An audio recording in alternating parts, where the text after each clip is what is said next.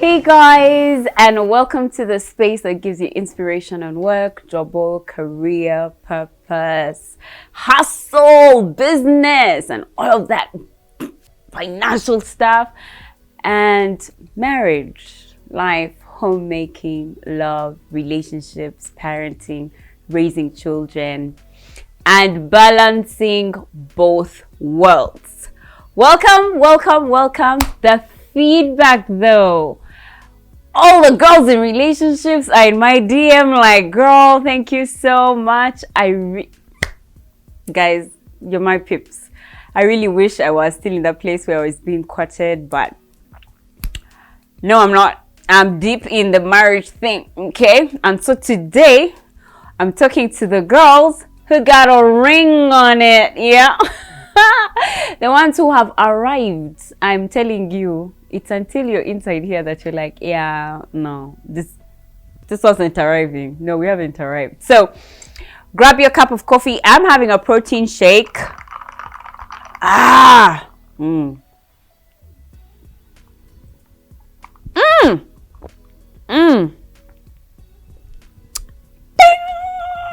got a zing on that one. I'm having a protein shake with ice, and I'm feeling refreshed. Because for this one, when I'm talking to the girls who got a ring on it, we're getting serious, real serious. Anyway, what's the self-skill that you require when you get married? It is called, wait for it, self-regulation.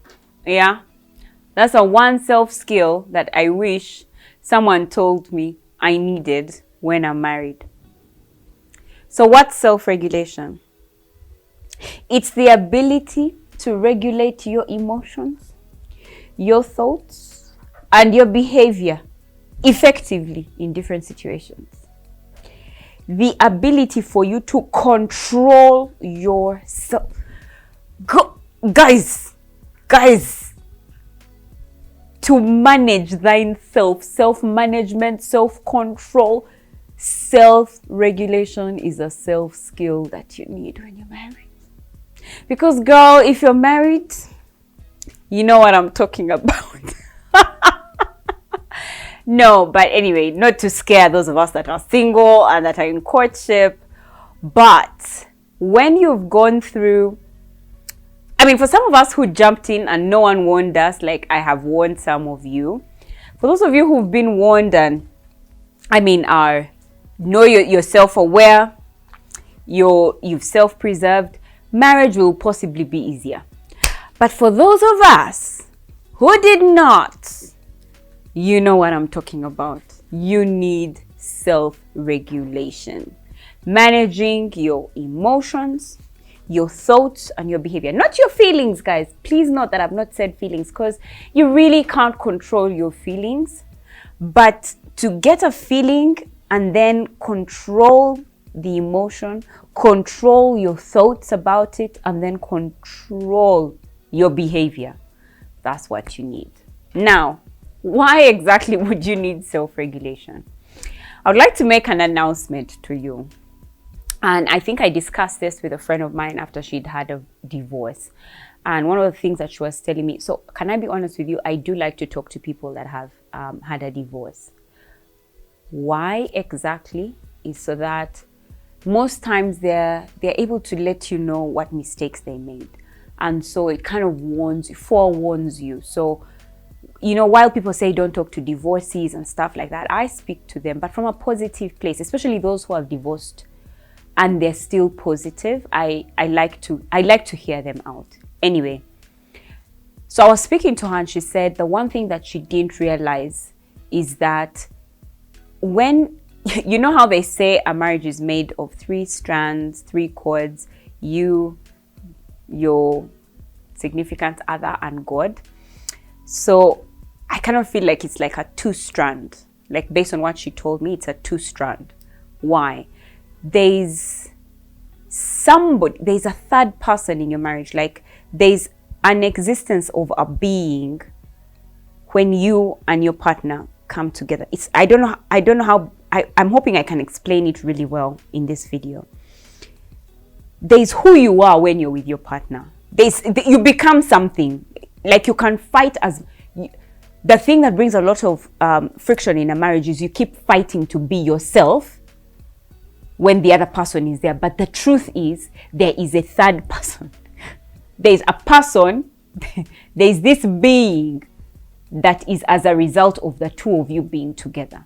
There's somebody else. You become somebody else as long as there's someone that you love in a relationship. There's another being that you become. I'll give you an example. For myself, innately, I'm strong-headed, big-headed. I remember when I just got married, I could not, like, I couldn't, my home was like a bachelor pad. I'm serious, guys. It was like a bachelor pad. This is my third person. This, like, soft fur and the whites and the jewelry and that's my third person. This is not who I comfortably am. Like, I'm okay to stay in a place with just a black table and I'm okay. But then to add the softness to it, that became the third person that I was when I was in a marriage. So I would like you to be aware that there is that third person, right? Now, the other thing that you need to regulate, the other reason as to why self-regulation is extremely important in a marriage is because you're an emotional being. I didn't know how emotional I was. Okay, I knew I cried a lot. I still do, but I didn't know how much of an emotional being I was and how much emotional intimacy was extremely important to me. And so self-regulation was really important for me. It was a skill that I needed because I didn't know how to control those emotions. Example, men's number one need in a marriage, they can deny it all they want, is sexual intimacy. But for women, it's emotional intimacy. Sex is to a man what emotional intimacy is to a woman. When a man doesn't respond to you in a certain way, it's like a chick who gives her back to her dude when he taps her in the night. Or I keep telling my husband that, you know, these things where a man asks his chick and he's like, Sam, like mpako tonight, like mpako tonight, is really, can be translated into things like a girl saying, can we talk? The way a man feels when he's asking for mpako is the same way a woman feels when she says, can we talk tonight? Emotional intimacy is so important for us women in a marriage. And recognizing that is extremely important. I thought that what was most important for me was sex. And I got disappointed with myself because after like the first week, I was like, this is it? We finished? This is the sex? Meanwhile, my significant other was like, bare boom, what? Week 1, let's go to week 2, week 3, week 4, a month. Yeah, we're good. I'm like, hold up, friends. Why is he reacting like that? And yet for me, I'm feeling a certain way about this thing called sex. It was because we hadn't yet established that for me, emotional intimacy was extremely important. Something else that I want to talk about when we talk about self-regulation for people or girls that are in marriage is your true source. If you want to know how to self-regulate, I suggest you find your true source. One of the biggest struggles I had being married was that I constantly thought that Brian was my true source emotionally. And I've just talked about that because emotional intimacy was so important for us, when we fall, for me as a woman, when I found that was what was most important to me, I thought he's the one that should be giving me that emotional intimacy. But because I'm a woman and I have so many facets to me, my emotional intimacy comes from so many places. But later I realized my truest source of intimacy, my truest source of emotional intimacy was God. Because there's certain things that you go through in a marriage and you don't want to tell a friend. You don't want to tell, you just want to, it's just for you, and you want to tell your significant other, you want to tell your husband, but you can't. And the only person you can tell is God. There was a time my dependence, my true source for financial well-being was my husband. And I had to turn to God. And I know we've said it, this is so cliche, this whole turning to God is so cliche, but I promise you, ladies, it makes so much difference if you learn to wake up before the world, before your home, before your household, and just sit in the presence of God, who is your true source. Guys, the day, you know, people keep telling you lower your expectations, right? When it comes to a man, lower your expectations. Kakana, your expectations are too high. I don't tell that to girls. I say take your expectations to God. The day I learned to sit in the presence of God and report Brian was the day things absolutely, I stopped expecting so much, because I'll just be going back to God. I'm like, So we had discussed this. Why is Brian doing it again? Because he's your son. So man, sort him out. And Brian would do the same thing over and over and over and over again, and hurt me over and over and over and over again. And I would still go back to my quiet place and tell God over and over and over and over again. And say, Lord, this has to change. Right? Of course I hurt Brian, don't get me wrong. Like, we hurt each other. We keep hurting each other. I mean, it's marriage. That's really just the way marriage works.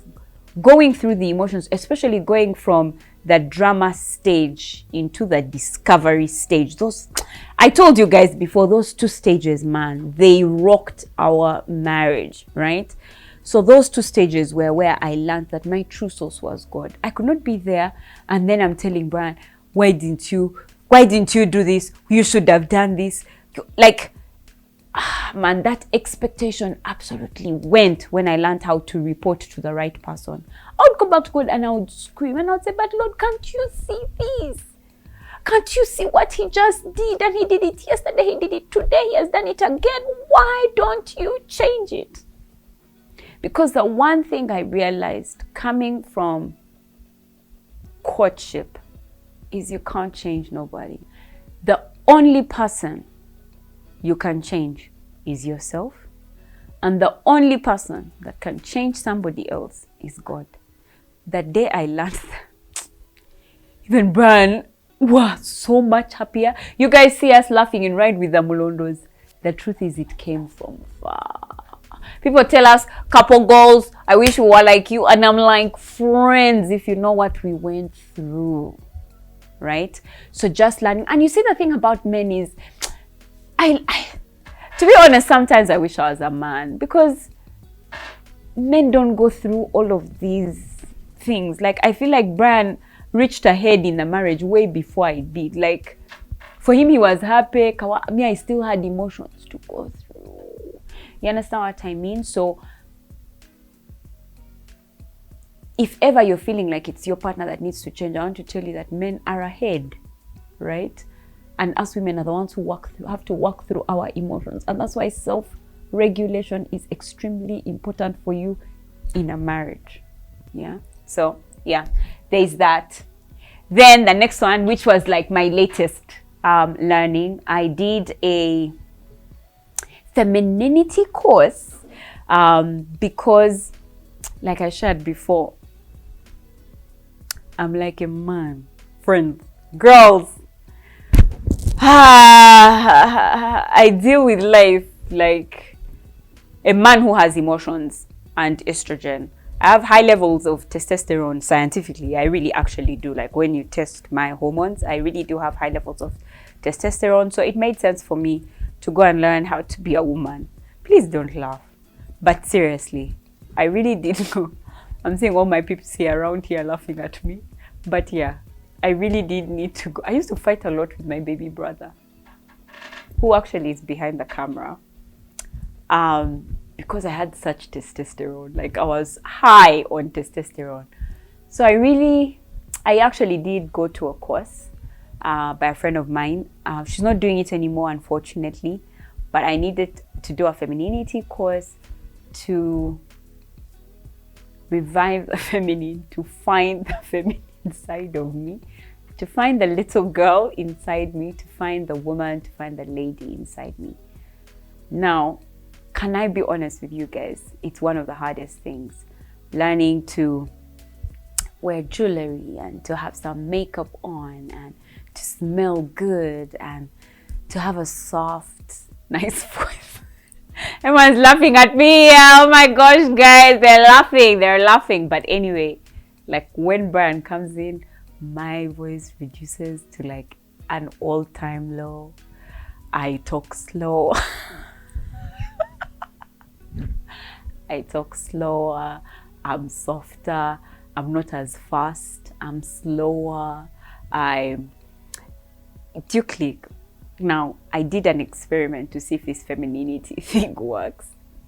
1 week, I wore like dresses and I sat up straight and I wore makeup and my hair was always done and I was soft spoken and like my voice was musical. Like you see how you see how I'm speaking right now?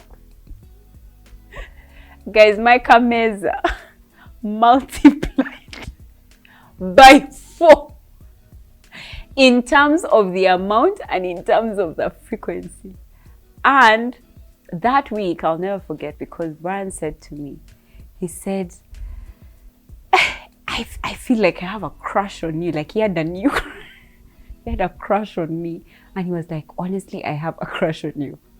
Now the week after, I wore jeans, I was wearing black, I didn't care about my makeup, didn't care about you people. The hameza didn't exist. It was close to 0 in terms of the frequency. I would always have to call him. I'm like, babe, today on Kameza, you left nothing. But people, the week before, I had been getting so much money. I'm telling you, tricksters are chick who's married. So I learned now, because it's not such a comfortable thing for me yet to be feminine, I've learned to switch on like a bulb, on, off. Like immediately Brian enters the house, I switch on. You guys should see me. I can't wait for the time I'll do my self-care day and show you what I do for self-care. Like I'll literally enter my bed with perfume, like so that I can smell good even when we wake up. Like I'm serious, guys, because my kameza can be bountiful when I'm feminine. Anyway, let's stop talking femininity. The next thing I want to talk about in terms of regulating yourself, in terms of self-regulation, is if you have a good man, no matter what you're going through at that time, fight for your marriage. It can be hard, it can be tight, but if you have a good man, fight for your marriage. I don't know how many times I packed my bags, and every time I was packing, I was just like, but you know what? Like, there's nothing that he has done that is there that is serious. Like, so I go to my mother's house and she asked me, so why did you leave? Then he said, because he beat Blake. Really? Like he's just trying to be a good dad. But Brian used to really beat. We used to fight over it, right? Before, you know, we had our conversations and stuff changed. But I was like, I'll live for what? What is the reason? Because when I thought about it, I had a good man. Like he was a good man. He worked hard. He provided for us. He never laid a finger on me. He respected my parents. He respected me. Like, so why am I leaving? You understand what I mean? So I had to regulate, self-regulate. But I learned the hard way.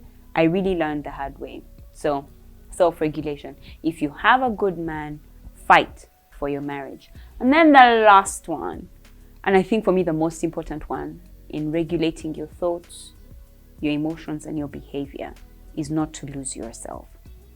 I think that's why for me I still have a switch on and off, because there's a certain part of that third person that I spoke about who's not me, the feminine, soft, nice, kind, sweet chick.